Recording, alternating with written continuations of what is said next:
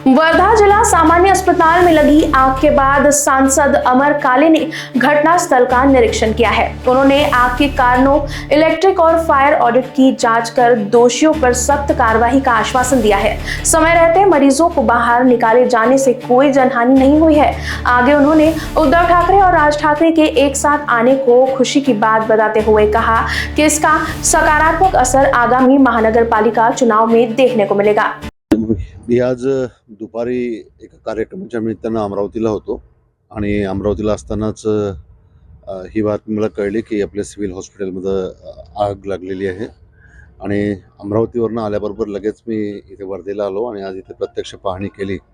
अतिशय दुर्दैवी प्रकार आहे आणि भगवंताचे आभार मानावं लागेल की बाजूलाच लहान मुलांचा वॉर्ड आहे, परंतु सुदैवानं कुठली इंजुरी कोणाला झाली नाही, त्याबद्दल भगवंताचे आभार मानावं लागेल। परंतु अशी घटना अपेक्षित नव्हती आणि ॲक्च्युली फायर सिस्टीम ही प्रत्येक सिव्हिल हॉस्पिटलला ज्या पद्धतीनं कार्यान्वित असणं गरजेचं आहे। मला असं वाटतं की आता ज्या पद्धतीने या ठिकाणी काही लोकांनी सांगितलं की एकदा ती सिस्टीम बसवल्यानंतर ज्या पद्धतीने ट्रायल व्हायला पाहिजे ते ट्रायलच होत नाही आणि कदाचित जर थोडंसं डिपार्टमेंटनी जर दक्षता घेतली असते तर हा प्रकार झाला नसता।